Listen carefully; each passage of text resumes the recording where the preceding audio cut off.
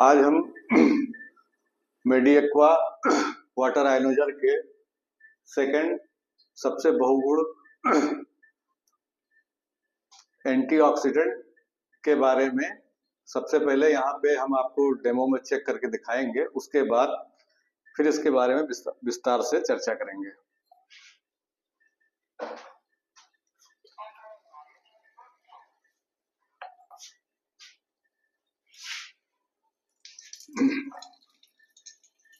ये एंटीऑक्सीडेंट के मापने का एक मीटर होता है जिसको हम ORP में काउंट करते हैं।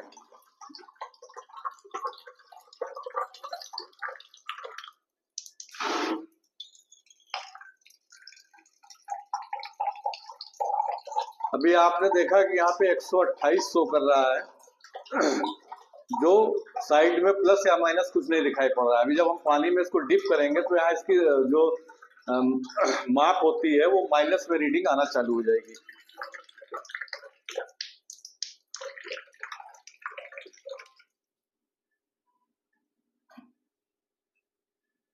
जूम करो।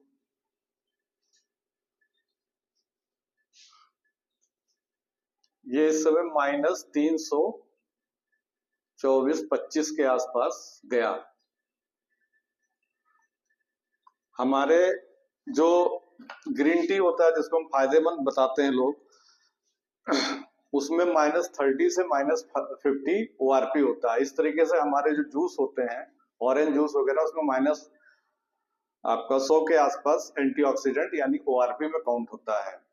इसी तरीके से आपने अगर हमारा एक गिलास जूस पी लिया, पानी पी लिया, तो आप ये समझ लीजिए कि आपको लगभग आधे किलो अंगूर के बराबर एंटीऑक्सीडेंट एक गिलास पानी में मिलता है और 2 किलो ब्रोकली के बराबर एंटीऑक्सीडेंट पानी में मिलता है। अब हम इसको एक दूसरा RO वाटर से पानी निकाल के चेक करेंगे, उसमें ये नहीं बताएगा क्योंकि इसमें एंटीऑक्सीडेंट नहीं होता है। इसको हम डालेंगे तो ये प्लस में जाएगा, अभी धीरे धीरे ये प्लस में ही जाएगा, माइनस में नहीं बताएगा। माइनस गायब हो चुका है पीछे से। और इसको अगर हम ये आयनाइजर के आयनाइज्ड वाटर में डालते हैं तो ये फिर माइनस में ये चलने लगा। अब इसके बारे में हम आगे और थोड़ा सा विस्तार से चर्चा करेंगे।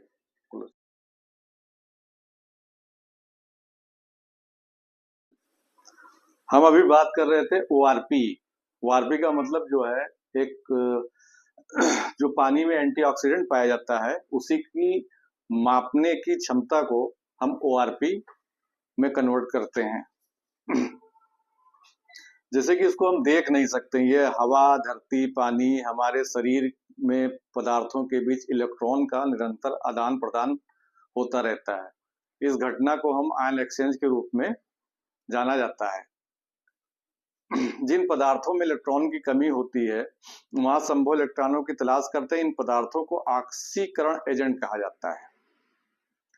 ये ORP जितना माइनस में होगा उतना एंटीऑक्सीडेंट की क्षमता ज्यादा गिनी जाएगी, और प्लस में होगा तो एजिंग की प्रक्रिया में आ जाएगा। जैसे हम एक सेब काटते हैं तो सेब काटने के तुरंत थोड़ी देर बाद उसमें एक कलर आना चालू हो जाता है, तो उसको एजिंग कहते हैं। जैसे मनुष्य का जन्म जब होता है उसके बाद 35 साल तक उसका ग्रोथ होता है। 35 साल के बाद फिर उसके शरीर जो है ऑक्सीडेशन प्रक्रिया से शुरुआत होने लगती है।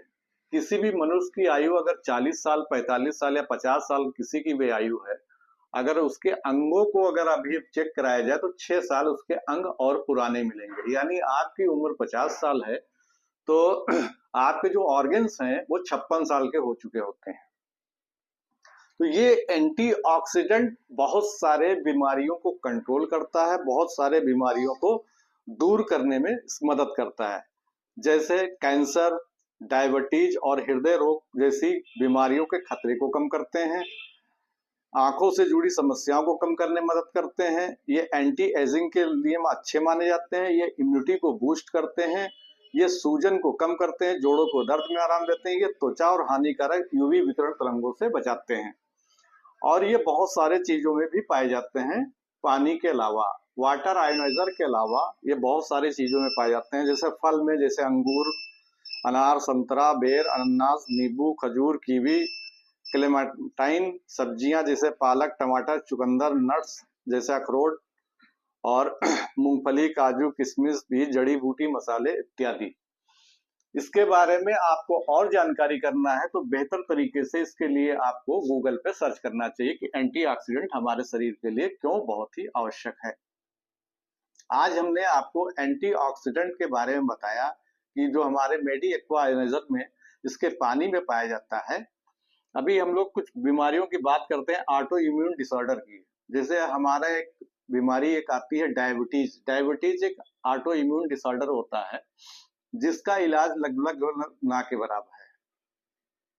उसके लिए वाटर आयोनाइजर बहुत बेस्ट साबित हो सकता है। इसके बारे में बहुत सारी डिटेल्स में आगे हम और चर्चा करेंगे। अगर आपको हमारी वीडियो अच्छी लगती हो तो इसको सब्सक्राइब कीजिए, लाइक करिए और शेयर करिए।